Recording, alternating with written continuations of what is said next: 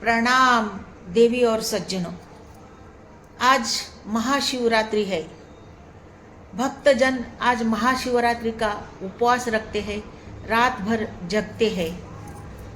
तो आज मैं आपको सुनाने जा रही हूँ महाशिवरात्रि की वह पावन कथा। महाशिवरात्रि केवल एक पर्व नहीं बल्कि आत्मा और परमात्मा के मिलन की रात है। महाशिवरात्रि का अर्थ है शिव की महान रात्रि। यह वही रात्र है जब अज्ञान का अंधकार मिटता है। महाशिवरात्रि क्यों मनाई जाती है ये आपको मालूम है क्या? महाशिवरात्रि से जुड़ी कई पौराणिक कथाएं हैं, लेकिन 3 कथाएं सबसे अधिक प्रचलित है और महत्वपूर्ण भी मानी जाती है। आज मैं आपको 3 कथाएं क्रम से सुनाऊंगी। पहली कथा शिव और शक्ति का दिव्य विवाह की पौराणिक कथा है। पौराणिक काल में देवी सती ने अपने पूर्व जन्म में भगवान शिव को पति के रूप में पाने के लिए घोर तपस्या की थी। सती ने अग्नि में स्वयं को समर्पित कर दिया था और अगले जन्म में देवी पार्वती के रूप में जन्म लिया।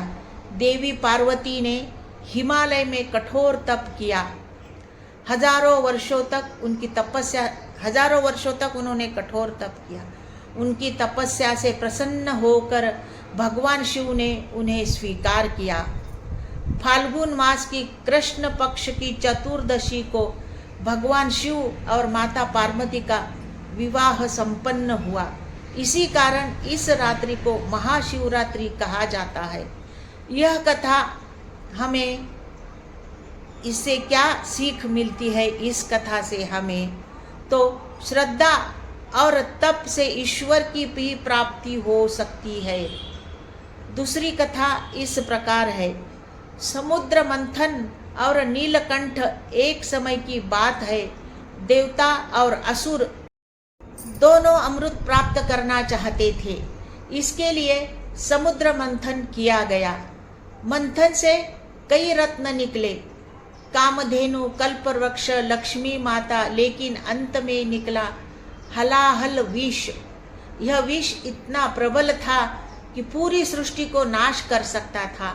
देवता भयभीत होकर भगवान शिव की शरण में गए और भगवान शिव ने पूर्ण सृष्टि के रक्षा के लिए वह विष अपने कंठ में धारण किया। विष को उन्होंने कंठ से नीचे नहीं जाने दिया, इसीलिए उनका कंठ नीला हो गया। तभी से वे नीलकंठ महादेव कहलाने लगे। यह घटना भी महाशिवरात्रि के रात्रि की मानी जाती है। इस कथा से जो स्वयं कष्ट सहकर दूसरों की रक्षा करे वही सच्चा ईश्वर है। तीसरी कथा इस प्रकार है। शिकारी और बेलपत्र। अब सुनिए महाशिवरात्रि की सबसे लोकप्रिय और भावुक कथा। एक जंगल में एक गरीब शिकारी रहता था। एक दिन वह शिकार करने के लिए जंगल गया, लेकिन पूरे दिन उसे कुछ नहीं मिला। शाम हो गई। भय से बचने के लिए वह एक बेल के पेड़ पर चढ़ गया।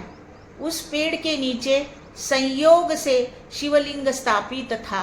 रात भर जागते रहने के लिए शिकारी बेलपत्र तोड़कर नीचे गिराता रहा। उसे पता भी नहीं था कि वह अनजाने में शिवलिंग पर बेलपत्र चढ़ा रहा है। पूरी रात वह भूखा प्यासा जागता रहा।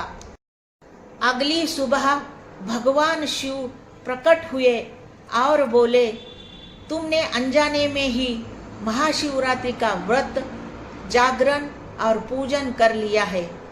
भगवान शिव ने उसे मोक्ष प्रदान किया। यह कथा बताती है भावना विधि से बड़ी होती है। समझ लीजिए, ये कथा हमें ये ध्यान देती है कि मन की भावना जो है, हम जो विधि करते हैं उससे भी बड़ी होती है। शिवलिंग का रहस्य क्या है? शिवलिंग को अक्सर गलत समझा जाता है, जबकि वास्तव में शिवलिंग का अर्थ है शिव चेतना। लिंग प्रतीक शिवलिंग संपूर्ण ब्रह्मांड की उत्पत्ति और ऊर्जा का प्रतीक है। महाशिवरात्रि पर व्रत और जागरण करने का महत्व भी खूब है। महाशिवरात्रि की रात्रि अत्यंत आध्यात्मिक मानी जाती है। कहा जाता है इस रात धरती पर शिव तत्व सबसे अधिक सक्रिय होता है, इसीलिए व्रत, रुद्राभिषेक, बेलपत्र अर्पण, रात्रि जागरण का विशेष महत्व है।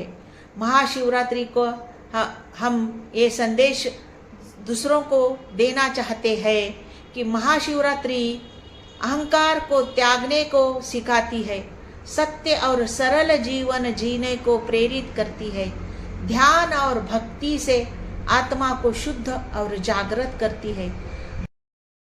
भगवान शिव कहते हैं अपनी आत्मा को जागृत करो, मैं मंदिर में नहीं तुम्हारी मन की शुद्धता में हूँ। महाशिवरात्रि केवल पूजा का दिन नहीं है, वह स्वयं को पहचानने की रात्र है। इस पावन अवसर पर बस इतना स्मरण करें, ओम नमः शिवाय। इस जाप को आप उस दिन करें। अगर आपको यह कथा पसंद आई हो तो इसे लाइक करो, शेयर करो और मेरे चैनल को सब्सक्राइब करो। सज्जनों, मेरे चैनल को अभी तक आपने सब्सक्राइब नहीं किया है तो थोड़ा सब्सक्रिप्शन बढ़ाइए, थोड़ा सब्सक्राइब कीजिए और कमेंट बॉक्स में हर हर महादेव लिखना न भूलना। धन्यवाद। श्री स्वामी समर्थ। जय जय स्वामी समर्थ।